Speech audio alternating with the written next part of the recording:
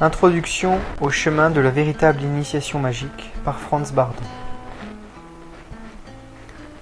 Celui qui ne croit trouver dans ce livre qu'une collection de recettes, grâce auxquelles il pourrait parvenir facilement et sans peine aux honneurs et à la gloire, à la richesse et à la puissance, ou qui voudrait y chercher le moyen de détruire ses ennemis, qu'il sache, dès ses premières pages, qu'il sera déçu et mettra ce livre de côté. De nombreuses sectes et organisations concernées par la voie spirituelle croient que la magie est synonyme de sorcellerie et un procédé tendant à conjurer les puissances des ténèbres. Il n'est donc pas étonnant que certaines personnes soient effrayées rien qu'à ce simple mot de magie.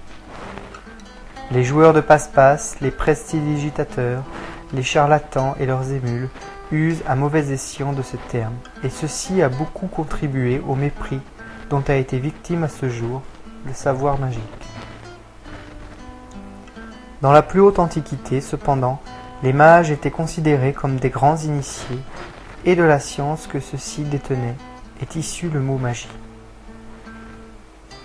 Les prétendus magiciens ne sont donc pas des initiés, mais uniquement des imitateurs maladroits des mystères, et ils exploitent la plupart du temps l'ignorance et la crédulité de chacun ou de tous, afin de réaliser leurs desseins égoïstes au moyen du mensonge et de l'imposture.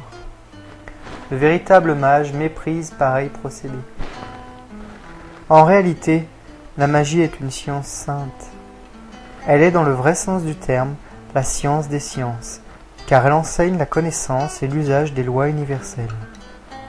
Entre la magie et la mystique, il n'existe donc pas de différence, parce que, s'agissant de la véritable initiation, les mêmes principes et les mêmes lois s'appliquent, et la façon dont celle-ci est nommée par les approches diverses qu'elle suscite n'a en conséquence aucune importance.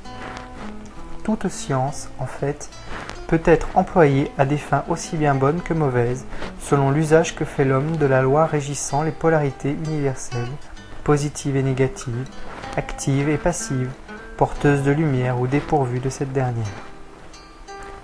Il en est ainsi du couteau qui sert habituellement à couper le pain, mais qui peut devenir une âme dangereuse dans les mains d'un assassin.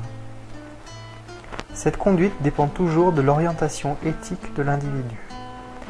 Dans ce livre, donc, j'ai attribué à l'élève le nom de mage, car celui-ci représente le titre qu'octroie la plus haute initiation et la plus auguste des sciences. Par ailleurs, de nombreux lecteurs savent que le tarot n'est pas un jeu de cartes destiné à la divination, mais un livre recelant les plus grands mystères, et dont l'étude de son symbolisme conduit à l'initiation. Le premier symbole de ce livre, le battleur ou mage, représente la maîtrise des éléments et donne la clé du premier arcane, le mystère du tétragramme ou nom kabbalistique et ineffable de Dieu, le Yod-He-Yov-He. Dans cette compréhension réside la porte de l'initiation, et le lecteur saisira par lui-même toute la signification de cette carte et la portée universelle de son application. Dans aucun ouvrage paru jusqu'à présent, le véritable sens de cette carte n'a été expliqué avec autant de clarté qu'ici. Le système pédagogique que je divulgue dans ce livre, avec le plus grand soin et une circonscription extrême, n'est pas le fruit d'une spéculation individuelle et intellectuelle. Il est le produit réel de 30 années de recherche, de pratiques d'exercice et de fréquentes comparaisons avec beaucoup d'autres systèmes expérimentés dans les loges de diverses sociétés secrètes ou dans le cadre de la science orientale, laquelle n'est ouverte qu'à de rares individus particulièrement doués. Il se fonde aussi sur ma propre pratique et a été conçu pour que tous le mettent en œuvre. Tous mes élèves le considèrent comme étant le meilleur et le plus accessible. Cependant, cela ne signifie pas, et je ne le dirai donc pas, que tous les aspects de la magie et de la mystique ont été traités dans ce livre, car si l'on voulait mettre par écrit tout ce que représente cette haute science, de nombreux volumes seraient nécessaires. Néanmoins, on peut affirmer à juste titre que cet ouvrage est réellement la porte d'entrée de la véritable initiation, la première clé permettant d'appliquer les lois universelles.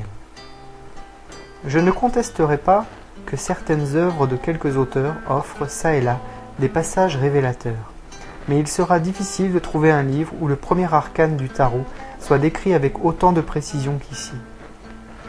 Dans la présentation de ces leçons, je me suis efforcé d'être aussi clair que possible afin de rendre les plus hautes vérités accessibles à tous, bien que cela m'ait coûté parfois un travail ardu pour exprimer celles-ci en mots simples. Mon effort a-t-il abouti ? Je laisse le lecteur en être juge. Dans certains cas, je me suis volontairement répété afin d'insister sur des passages particulièrement importants et éviter aussi au lecteur de revenir à des pages précédentes.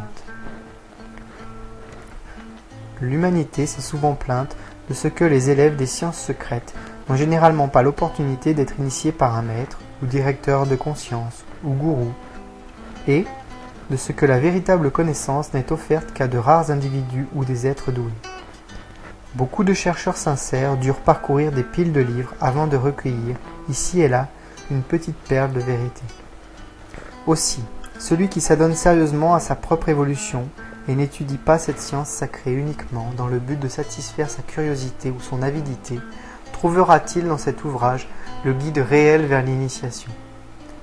En effet, aucun initié, aussi élevé que soit le rang qu'il occupe, ne peut donner à un débutant plus que ce que le présent livre propose. Si donc, l'élève intègre et le lecteur attentif trouvent ici ce qu'ils ont cherché en vain ailleurs, l'auteur estime avoir pleinement atteint son but.